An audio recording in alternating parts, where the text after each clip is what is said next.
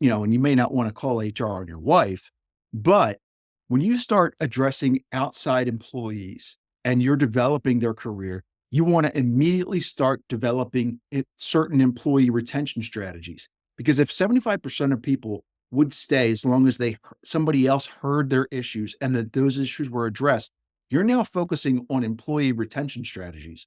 Hey Ramblers, before we start today's episode, don't forget to hit that subscribe button to stay up to date on the latest episodes, interviews, and all things startup. This episode, like every episode before it and after it, is brought to you in part by OffSource, your affordable one-stop solution for outsourcing all of your office work.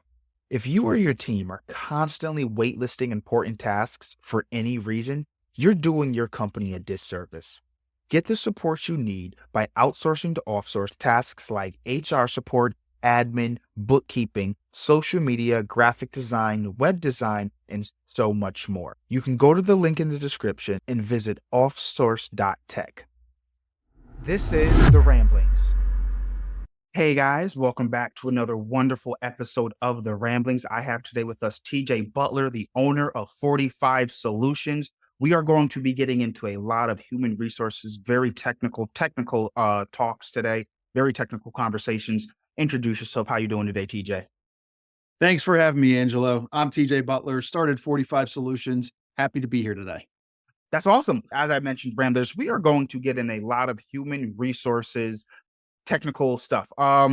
Explain, like, what defines human resources? I think that can be a very broad statement, especially when we're referring to human resources. Do you deal in the people side of human resources or the paper side of human resources?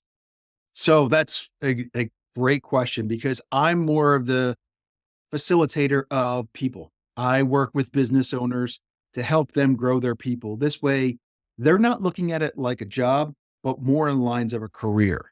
So when I work with a business owner, and I mainly focus on smaller businesses under 100 employees, doesn't matter what industry, I work so that they can help grow their employees' careers within their organization. Okay, that's actually going to be interesting. Now, when you talk about growing somebody's organization in regards to headcount, the people in there, is it I always at least look at it from two different perspectives, right? You hire out for the talent that you're looking for immediately, or you create some form of incubator within your company that allows for the people to grow. So, which side are you in regards to having people? Do you focus on? Are you trying to, I guess, how would I frame this? Curate and grow the culture of what's around. So we're incubating people. We are trying to hire and promote within or from cross organizations. Or are you somewhat similar to a headhunter in which they just go out and they find the talent that a company needs then and there? Well, I do both. So it's a great idea to always make sure, especially when you're talking about culture, to really build up a culture. And culture is not just going and getting the pizza and put it in the break room on a Friday afternoon. Culture is creating not only positions, but departments within your organization that don't even exist yet. That's how you get that transformation from I work at X to I've been with X for X amount of years. And this is why you need to work here too. Okay, So, now I understand I understand what you're saying because we've kind of already talked, but extrapolate a little bit more for those that are a little bit unfamiliar what you mean when you're talking about that transition going from, you know, like I work here to I've been with, or explain a little bit more about what you mean. sure. So what I mean is it really comes down to developing the overall culture within your team. Okay. Mm. So it like I was saying, it's not just the pizzas, but and look, who doesn't love pizza, especially on a Friday? But what it really comes down to is making sure that you're taking care of your people. That not only are their jobs met, they're making the money that they want to make, but they're developing their careers. They're developing skill sets where maybe they don't have experience managing, but now they're leading teams on a project. Or now they've reached a pinnacle where maybe they're a team lead for a specific department. Or maybe they've been groomed for to become the next director of one of the myriad of departments that you've opened up. The key is Sometimes you have the right person, but sometimes it's the wrong seat. So you want to make sure that you got the right person in the right seat at all times. Okay. So we've talked a bit about HR and stuff. Let's get to the nitty-gritty. Skip all the BS. What is 45 Solutions? What do you guys do? What is the core of what 45 Solutions goal is? Sure. So the core, first of all, I'll start back and work my way toward the front. Mm. So the core of 45 Solutions, we work with honesty and integrity with everything we do. So at 45 Solutions, what we do is we provide fractional HR as well as project based and recruiting services. So I myself am a fractional HR resource. And I also work with other partners to provide fractional HR resources for companies. So What that's are what is HR? Like you talked about HR being like a really broad term. Is HR? Sure. So the way it works, let's say you just started a company and the first thing you want to do is you've got this product and you want to go out and sell that product. So now you've got you went out and you hired a couple of salespeople and now you've seen sales increase. Okay. But now you need to scale. So you've got this money coming in, but you're not used to managing money. You're a product developer. So now you hire an accounting team and you've got a couple people that are managing the finances. You got a couple people over here that are managing sales, and you're starting to see sales increase. The money's being managed, but now you might have some issues with maybe some customer service. Some orders that didn't get shipped on time. Maybe a customer wasn't happy with their last shipment. So now you put a customer service team in place because you want to maintain those orders over time. But all of a sudden, you've got upset employees, and now you're dealing with employee issues. And more than 78% of small business owners spend a minimum, just a minimum of 10 hours a week dealing with people issues alone. So that's where HR comes in. You want to make sure that you can provide the core fundamentals, which is a company HR roadmap. Now, yes, it's the compliance issues. You want to make sure that you've got all the paperwork done correctly for each of your hires. You want to make sure that you're developing talent. And then you want to make sure that you have a good talent acquisition strategy so that you can continue to grow your organization as your business continues to scale. Okay.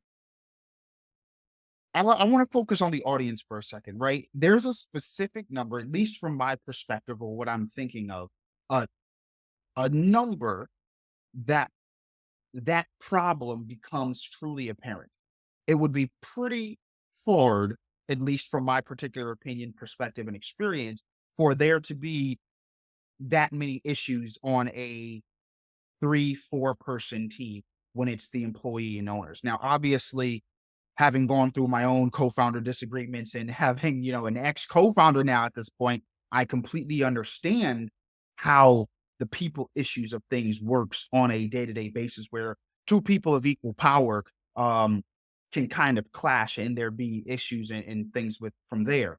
But at what point does it become an employee versus the employer perspective in regards to in getting HR involved, right? So where do you usually see where someone might need that HR for handling the people perspective?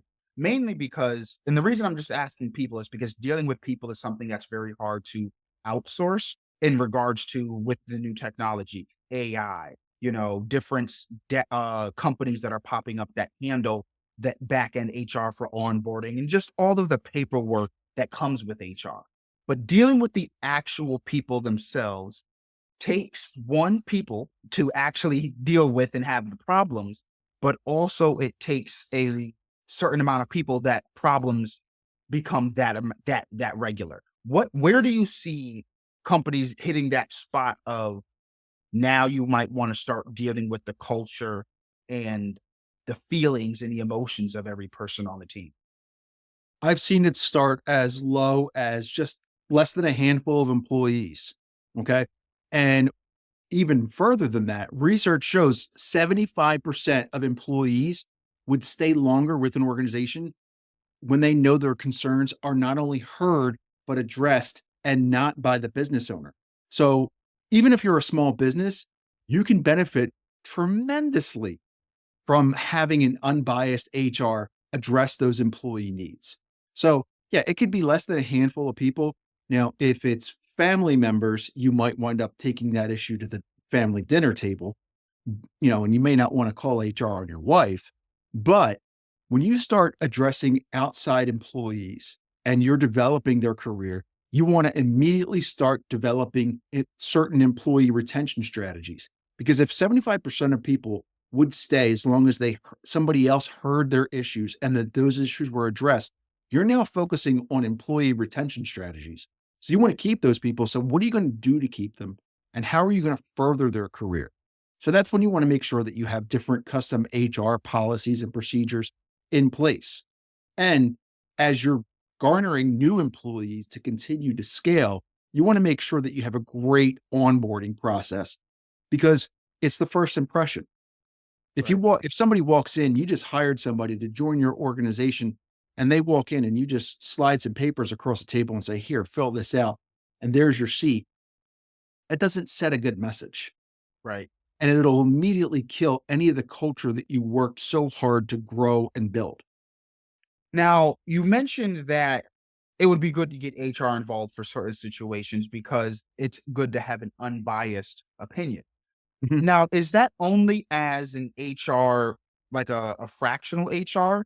Because from the experience that I've seen on social media, what people say is that HR is for the benefit and the purpose of the employer, not the employee.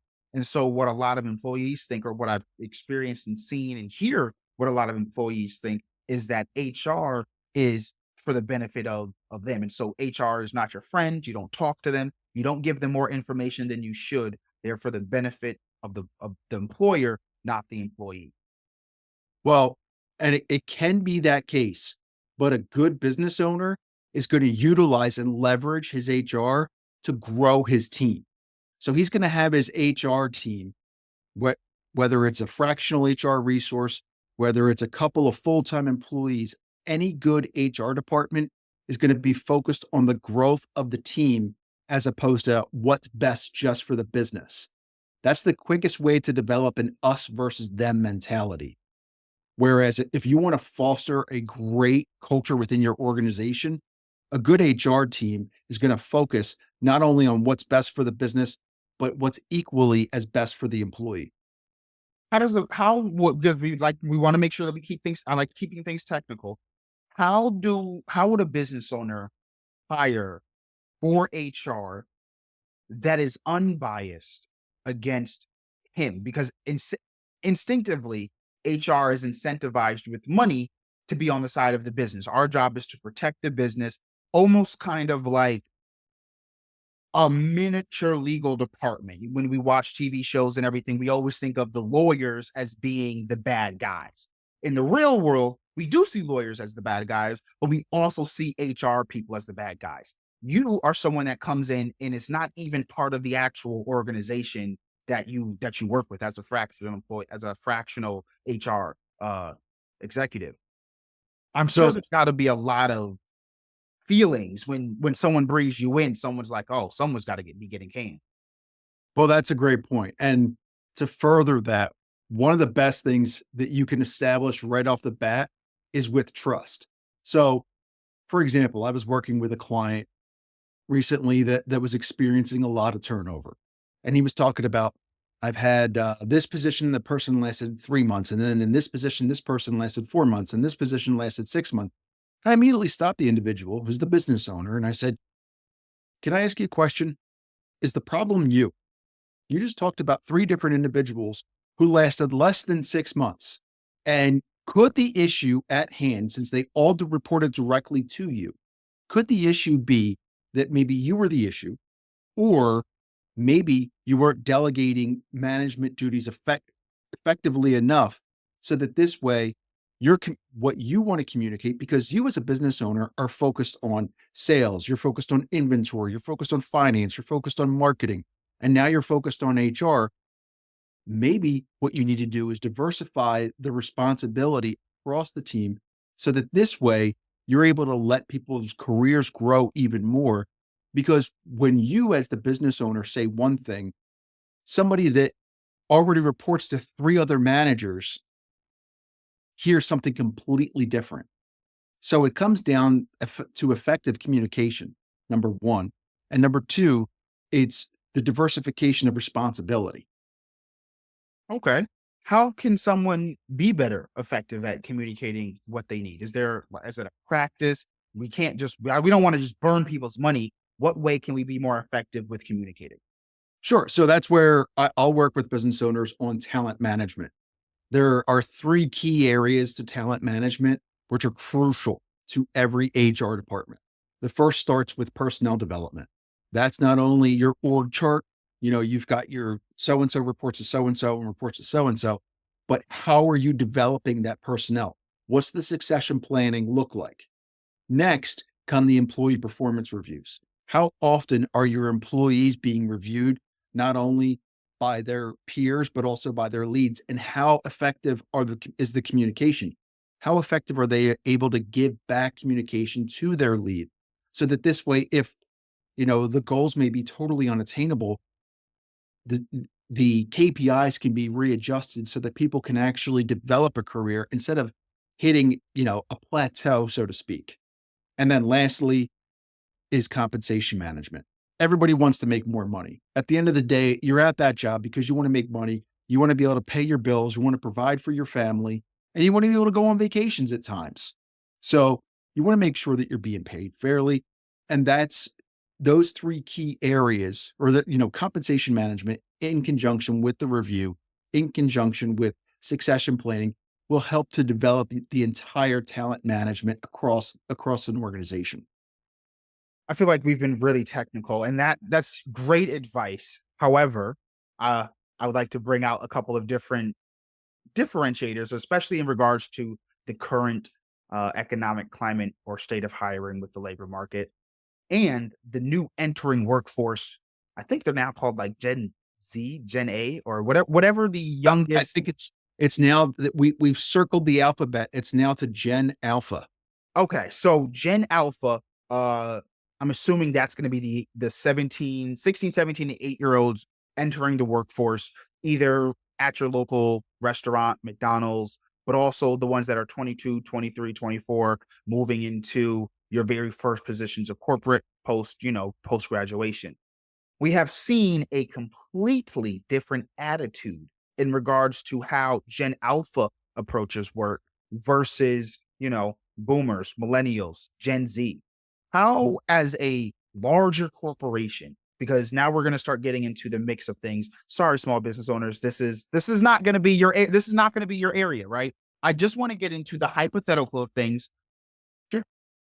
I'm 26, I turned 27. You are probably in your middle 30s, something like that, right? And then we A little have bit higher, but thanks.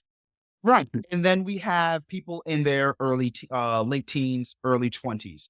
Um, so all of those people are going to have different needs, different, you know, thoughts about what the market looks like, what they deserve in regards to compensation, and what's important to them. As an organization that is trying to meet the needs of all of these employees, you're at the cusp of now trying to spend money that you may or may not have, or may not be able to fully justify to, let's just face it, an older generation of people that have been in the owner seat for a long period of time. How do you, within budget, I would assume, and obviously, create a culture that is able to, I don't want to necessarily say please, but at least satisfy the basic needs of each of the different individuals that an organization carries? Well, one of the most interesting things that I've seen recently is first and foremost, people are retiring later because people live longer. Mhm. And we're almost past that point of the baby boomers. I can't get hired anywhere and I just got laid off. I mean, if you look at the beginning of 2024, there was a number of companies that were laying individuals off. Mhm. So the market became flooded with candidates. But what's starting to take place as we begin Q2 is that organizations are taking a strong look at individuals that can bring experience, and the fractional market itself has actually lended its hand to say, you're looking for an executive, but you can't afford that executive and you can't carry the benefits that that typical executive would need. So that's where the fractional market has really been able to play because it's been able to provide organizations with the senior level leadership that they need within their organization to guide some of the younger workforce that is coming out in today's society and provide that type of leadership. So you're seeing a healthy mix of people retiring later, fractional leadership, as well as growing organizations providing additional resources to companies that are looking to grow. And they're also able to provide that type of leadership not only to the organization itself, but also to the individuals that are looking to start their careers or further their careers. Okay, I'm gonna put you in the hot seat for a bit. Fine. We've had a lot of layoffs since the beginning of 2024, and some say that it's because of the overhiring that happened, between like 2018, 2022. A lot of money was being thrown around during those particular times. What is the difference? Or not even what is twofolded question, I guess. What is the difference between the people that were laid off and weren't laid off? And what, not for all, could some of the people that were laid off have done to avoid being laid off? Or is it just overall fully impossible to avoid it? Well, you're talking about a situation that, it really is situationally independent. Let's take the example of there was one company, I believe, laid off 5,000 workers and then the next week posted 500 jobs. Now, the 5,000 that were laid off were all remote. And then the 500 that they then posted jobs for were all back to the office. Okay. So there's a myriad of issues. First off, you've got the return to work situation. I think if COVID taught us anything, the post-COVID world, people can really work anywhere. Okay. As an HR person, do you truly believe that? Is that Dependent something that's like in your blood, or do you feel still that there's some level of boost to being in person? I have 2 schools of thought on it. First, if you're producing if you're making a widget, you obviously can't do it from somebody's home Mhm. because you've got inventory control issues and everything else.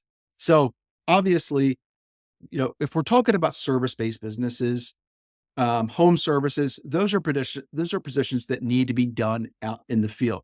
But there are some positions where, those roles can be performed remotely. And what we've seen now is some people actually benefit more from working at home. Some people can actually be more productive, you know, even if they're throwing a load of washing in between Zoom calls, they're actually more productive. They're working harder and they're able to provide their organization with a lot more than when they had to sit in traffic for an hour or so, or even if it was a half hour and, both to and from work, because now they're able to maybe be home for the kids, or now they're able to have more of that work life balance that everybody said. Now, I do believe that it does make for a great culture when you're able to bring people together on a consistent basis. So I am a proponent of, for the right situation and the right company, having an in office or at work environment. But I do think that the days of having, you know, Monday through Friday, 9 to 5, those businesses are, almost long gone. Oh, yes. I don't think businesses could even operate if their hours were strictly 9 to 5. I think the only business that, to my knowledge, that I know that is truly strictly almost like a 9 to 5, and even then, there's a lot of iterations of companies trying to change that, is banks. Because like, if we are working 9 to 5, at what point should we ever be able to do anything if companies were truly open from 9 to 5, Monday through Friday? We would all be working during those particular times. Now, because of the pandemic, and there has been a shift in culture of workload and everything of that nature, there's also been a shift in how people view companies that are asking people to come back to the office. What are your thoughts, especially as a fractional HR person? What are your thoughts on people avoiding coming back into the office? Like, from your headhunter perspective, you're probably seeing a lot of people that are going to say, I won't take the job if it's not remote. What are your thoughts on people that are gunning that hard for remote work? For those individuals that want to stay completely remote, I say stay completely remote, but you have to temper your expectations. You're not going to have that, dream scenario where you can do whatever you can do the role that you were originally hired to do that required you to be in an office.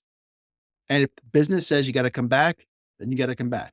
However, I will say that now there's a lot more flexibility. So take the case in point, parents, the ability for a parent to be able to put the kid on the bus and, make sure that they're at the, the dance recital or the middle school sports game. And then for that parent to be able to log online later on that evening after dinner's cleared up and instead of popping on, Netflix or whatever you're streaming at that point with your spouse or whatever, you're answering a couple of the other emails. If you're able to be that much more productive and have that type of flexibility, that's good ownership. Okay. And that's where you're developing an even stronger culture within your organization. So, I almost want to say if you're gung ho about being, I refuse to return to an office, great. Well, then you better make sure that your job never mandates that you're in an office. And you better make sure that you're available 24/7 because that's what you're signing up for by not being in an office. If you have an organization that has a flexible schedule, maybe being in the office a few days a week, but they're going to give you flexibility as to what time you come in, what time you leave, you know, that's the best scenario. But I also discourage people from what were they called? Badge, badge buddies, where somebody would take somebody's badge in and swipe it just to make sure that it looked like that person was in the office, even though they were still at home and attending Zoom meetings with a virtual background. Not that there's anything wrong with Did virtual not background. know that. I did not know that that was a thing, badge buddies. Okay, so Oh I yeah, guess our Netflix sharing, like, okay, yeah. so I guess that brings me to this question, which is another hot seat question of, should remote workers be paid on a different scale than people that are coming into office? No, I think that workers should be paid what they're due. It doesn't matter whether you can do a position at home or whether you can do a position at an office. You should be paid for the role itself. Now Now, that how do you means deter? Now, as an HR person, your job is to, I'm sure, negotiate after finding a potential candidate in terms of salary that could meet the ability for the company to pay.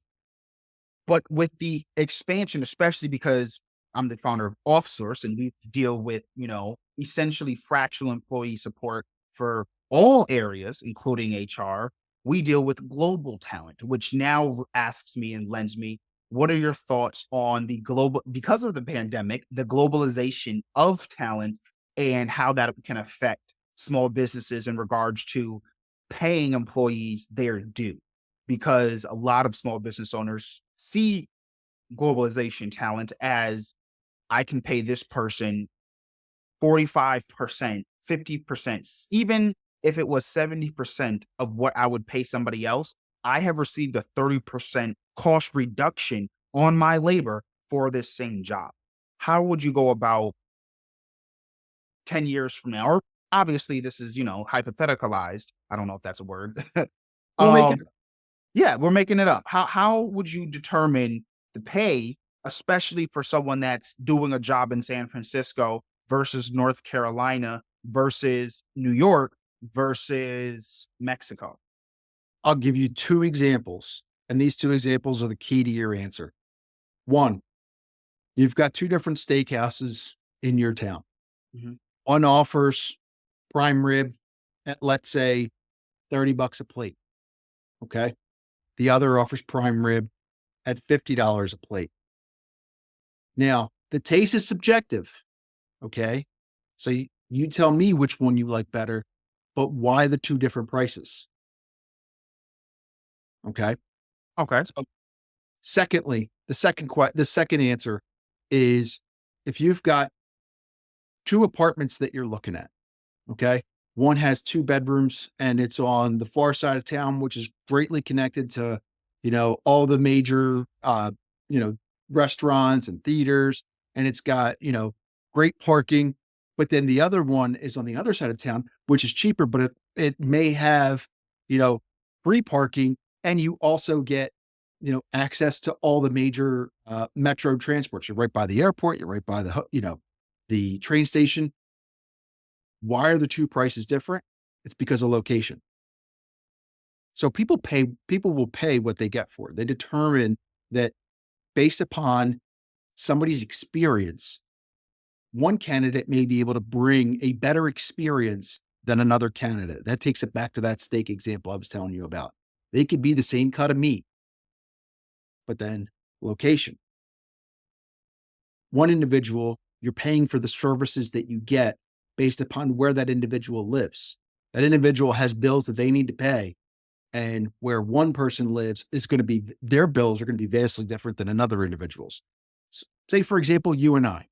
Let's say we worked for, let's just say, Apple, okay, and we're both working for Apple, and we're both HR executives. Well, I may make a different salary working for Apple based upon where I reside, and you may make a different salary based upon where you reside.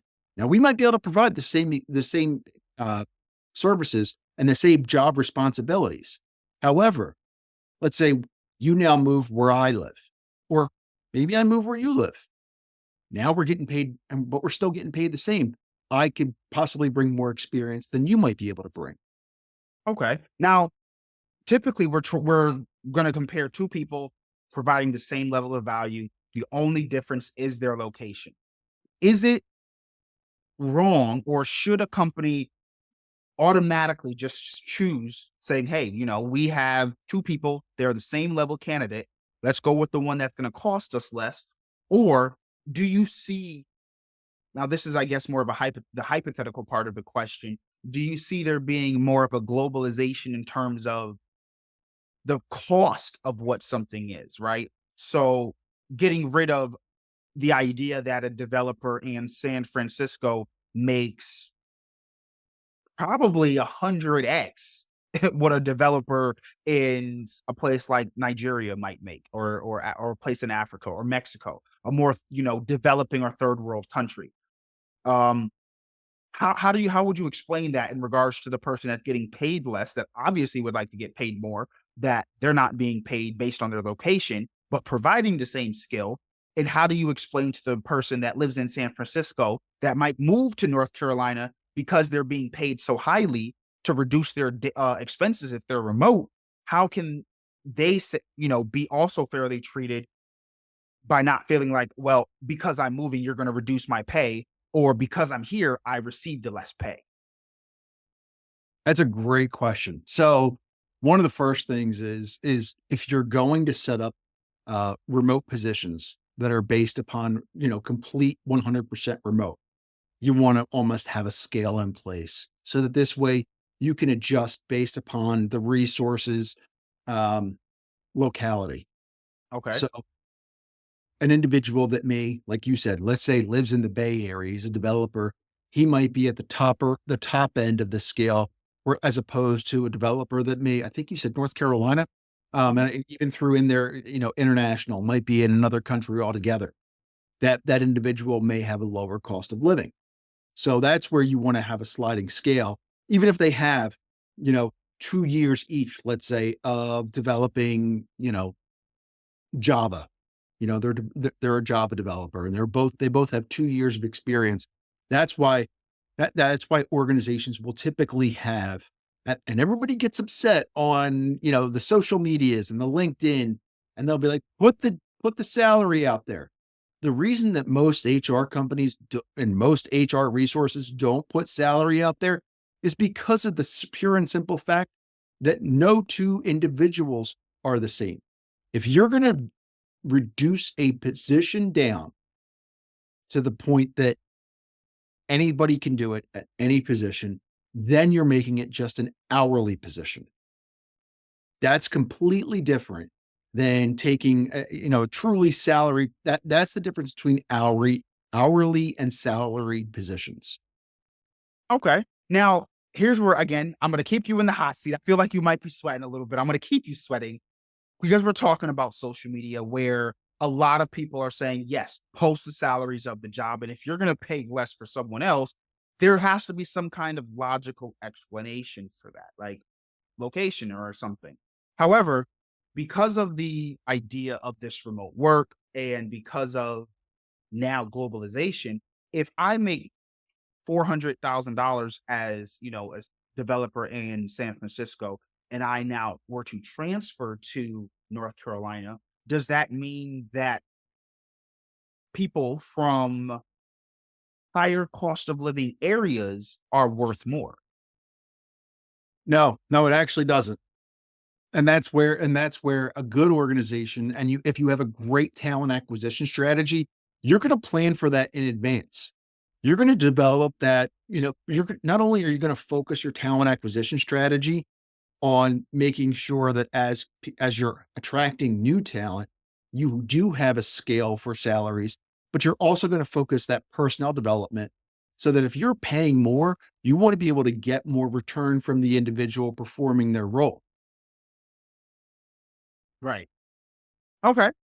So how would you then consult a company that is looking at trying to globalize their talent, right? Let's say they don't have any global talent and their goal is to expand. However, because they are, a SaaS company, they run a tech company, they would like to be able to keep costs as minimal as possible. Do you feel that it's fair to the people already in the company that work in the states that make a certain amount of money that, you know, they might be at risk of having a reduction in salary because the company is deciding to hire and work with a wider range of people? No, I don't think that that's fair. Number one. Number two, what it also does is it creates a distrust within the leadership in the organization, because how have they communicated to their team, we want to promote you, we want to grow your career, and we want to now all of a sudden we're going to shift all of our development operations overseas to get the cheapest cost possible and try and get the most production. So I don't see where the comparison is in terms of talent versus cost. I believe truly in you get what you pay for. Okay. So if you and I were going car shopping, for example, I believe, what did I hear recently? There is a new Porsche that can do 0 to 60 in 2.1 seconds. Okay. What the cost is for that? $230,000. Okay. All right. So take that and compare it against, let's say the standard American Corvette. Every middle-aged guy's, I'm going through my midlife crisis and Listen, I I get a thought that Corvette. was like a myth. And then, you go to the backwoods of New York, you go to the backwoods of Connecticut, they all have a Corvette. Everybody's got Corvettes, and usually they're guys between the ages of, let's just say, 45 and 60. 45 and 60. I like that. So now all of a sudden you got all these Corvettes running around, and because they think they can go as fast as possible, they want to push the limits, they want to get that excitement. But, you know, they're getting what they paid for. They paid, let's say, what is it? A Corvette's probably like 75, 100K tops. Mhm. And you got to double that if you want to cut that 0 to 60 time in half. Mm. So you get what you pay for, ultimately, is what I'm trying to get to by all these analogies that I'm giving you, because I want to make sure that it's appropriate for everybody. Right. And that's how I consult any business. If you want to offshore things, you're going to get what you pay for. You might run into quality issues. Okay. You might run into issues in regards to the coding. You might run into timeline issues. You may not be able, your go-to-market strategy may not be as strong by cutting costs and cutting corners. And it may not be as, your production issues, might be more if you can't, you know, provide a warehouse where you're able to control inventory management and, minimize on efficiencies. Okay. So I guess putting our futuristic glasses on, do you think that there's going to be a merger of economic markets? So, for example, New York, San Francisco, very similar markets. However, New York, San Francisco versus Charlotte versus somewhere in Texas, Atlanta versus Atlanta, very, very different. Now, Fort obviously, Worth. you get what you pay for, but also you get what you pay for based on the location that you are. So, a $75,000 developer or just worker in general, anywhere in the Midwest, if you pay that person $80,000, they are going to give you their soul. However, if you give somebody in New York City or San Francisco $70,000, they might give you your ass to kiss.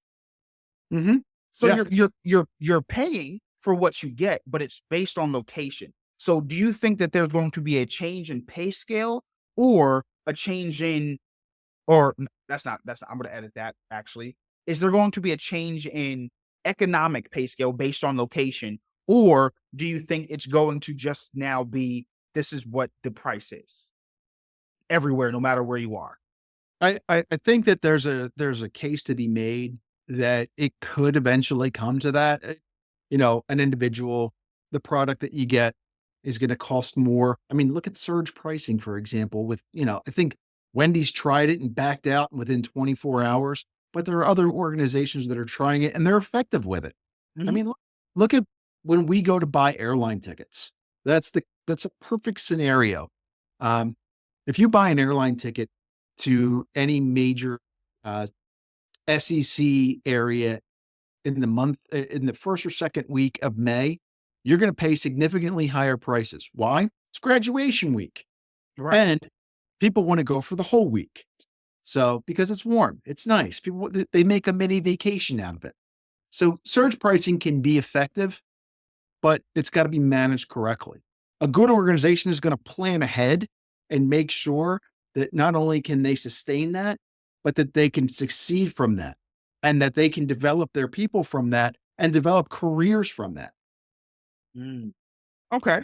So knowledge test question or opinion knowledge based question. Who do you think is the most over or what do you think is the most overpaid role in a company? HR. No, I'm kidding. Just kidding.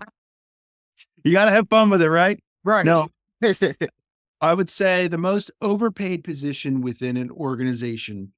Um, that's a good put me on the spot. Because I'm bound to piss somebody off, especially maybe somebody that I've worked with previously. But uh, I would say salespeople's salaries. Oh, I've heard that from other people that, salespeople have a very inflated salary in comparison to the amount of work they do. But what I will say is that I feel that salespeople should get lower salaries and higher commissions because they Okay. will work their butt off for those commissions. But you go to some organizations and you get salespeople salaries that are way too overinflated. And then not only that, they have the ability to compound commissions and bonuses on top of it. It almost makes it unfair for the individuals that are actually doing the work that the salesperson sold. Right. Oh my gosh. I'm setting some ruffled feathers. All right. So we You got asked, so I figured why not?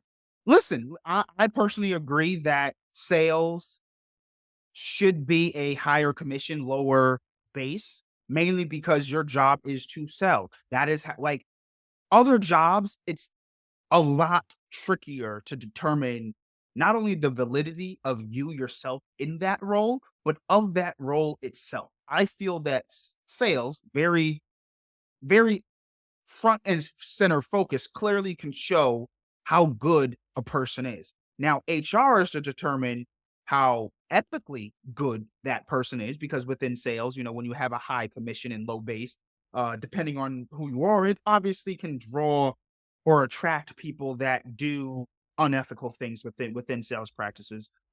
Having started my career out, I think I started my career out in sales. I've seen some very unethical sales tactics, Mhm. and people just don't necessarily want to be a part of that. So I think it's definitely going to ruffle some feathers that salespeople are probably the most overpaid. Now, I want to focus on Well, 45 overpaid salary wise. I'll overpaid salary rise, not counting a commission. If you earn your, I believe that if you earn your check off of commissions, like real estate people, real estate sales, you earn it. You have to wait 3 months to make a sale. You make the sale, you make good money, but there's not a salary in that, to my knowledge. No. right. Um, so I want to talk about 45 solutions. Sure. How did you even start 45 solutions? Like HR usually isn't the high school dream. So was owning a business the dream always, or was it just the way the tide took you? It really was just the way the tide took me, to kind of use your analogy. What I wanted was basically what happened. I was at an organization, and I have more than 20 plus years of HR and talent acquisition experience. And I'd gotten to the point where I felt like I kind of hit not just the ceiling, but I really have a passion to work with people, number one. And I also am very invested in the servant leadership methodology and the servant leadership mentality to really give back. So I wanted to create an organization where I could do that. I'm based just out of the Philadelphia area. So I wanted also the ability to work not just locally and regionally, but nationally as well. So I created 45 Solutions to provide fractional HR services, across the country. I would work with those business owners where I can really make an impact developing the HR fundamentals, the people experience, and then the talent management, and then combine that with the recruitment services that I can offer as well, and really have some what I like to call is like service driven execution. I put the highest value just on relationships. Um, and what that really means for me is that I'm able to deliver um, a meaningful experience when I'm able to provide my client, and get off the phone with the client and they're like, wow, you know what? That was perfect. You made my day. Cause sorry, I was figuring I'd pause for editing. Oh no, that's fine. So, for example, I have a client recently who called me. He recently had somebody give their 2-week notice as soon as he got back from a business trip, first thing Monday morning. And this resource was a leader within his organization. And then he, may have some individuals they might want to look to place, but he also has other needs, other positions that he wants to add. And he wants to make sure that he's taking care of his whole team.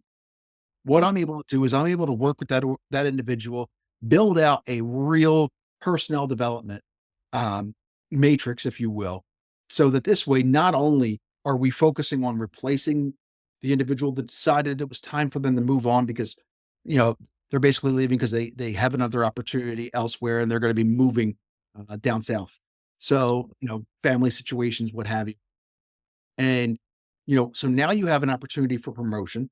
And now you have an opportunity to, maybe even create positions that didn't even exist within the organization.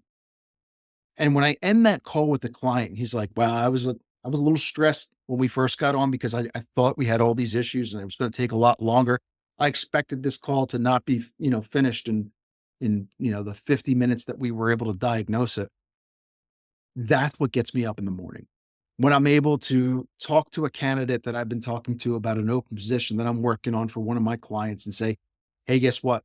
You nailed the final interview with the client. They want to make you an offer. They want to know if you can start on, next Monday.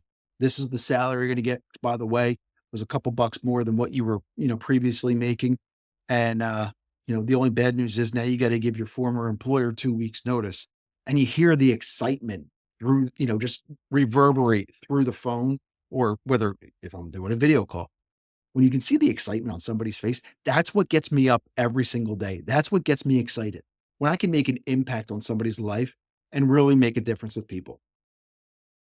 Wow. That's absolutely amazing. And so I guess give everyone why you named it 45 solutions.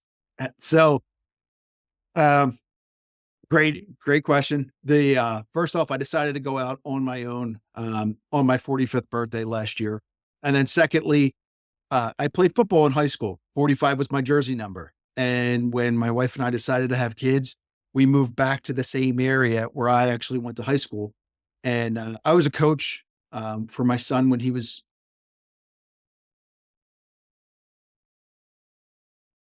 Has it been doing it the whole time? No. Okay. I'm going to restart that. So 45 Solutions, great question. I decided to name the business. I decided to go out on my own uh, on my 45th birthday last year. That was the first inclination that maybe I want to tie what was my favorite number because it was my jersey number in high school. Mhm. And when my wife and I got married and had kids, we decided to move back to the local area. And now my kids are going to graduate from the same high school I went to. And I didn't ask him, but my son, who I had coached when he was younger playing football, he picked the exact same jersey number. So it's got that number. My brother also had the same number as well. And he graduated from the same school as I did. So the number had a lot of personal meaning for me. One of the first things I did when I set up the business and I set up the business financials was I changed my personal debit card PIN from 4545 so that this way, just in case I ever dropped it, nobody would ever know what the original PIN was. All right. Listen, man, I really love this interview. I think we're gonna have to have you back on to get into some more, world events, tech and like pop stuff, like pop culture and everything. Definitely maybe have like a I've been thinking about maybe doing some reoccurring guests, but this is the part of the show where we love the shameless plug. Anyone that's heard you speak today obviously knows that you know your stuff and that you mean well and are trying to provide the best possible service, whether it's to the actual employee looking for a job or the employer. I might actually have to have you come back to speak specifically about getting a job. That's not something I've had people talk about really. Um, so give us the shameless plug about 45 Solutions, where we can find you, exactly again what it is that you do, list of services, pricing. Give us your ad. Sure. So 45 Solutions provides fractional HR services for clients. We start at low as 5 hours per month, and we're willing to go up to 40 hours per month, providing HR fundamentals, the people experience, and talent management. Now, we also offer recruitment services, whether it's contingent recruiting, retained recruiting, or even executive recruiting. You can find us on the internet. I was going to say the web, but that just sounds so old. I feel like I dated myself. But you can find us on the internet at 45solutions.net. Also on LinkedIn, you can follow me. It's TJ Butler. Now you're going to find a lot of TJ Butlers. The trick is when you look up my name on LinkedIn, it's T period J period Butler because I still use the Or W. you can go into the link in the description to find all of his links, social medias, and everything. You do not have to bother typing all of that stuff in. You guys know I like to have everything succinctly in the description, in the chat box. Um, and depending on where you're looking, right there. Alrighty. So anything else you want to give? Do you have any events or anything coming up? What can we take away from today? I got a couple of events coming up in the near future. They will be on my website once they're confirmed. Alrighty. So you guys have it. We have had TJ Butler, the human resources expert, owner of 45 Solutions. Until we meet again, Ramblers, it was great talking with you. Thank you, Angela.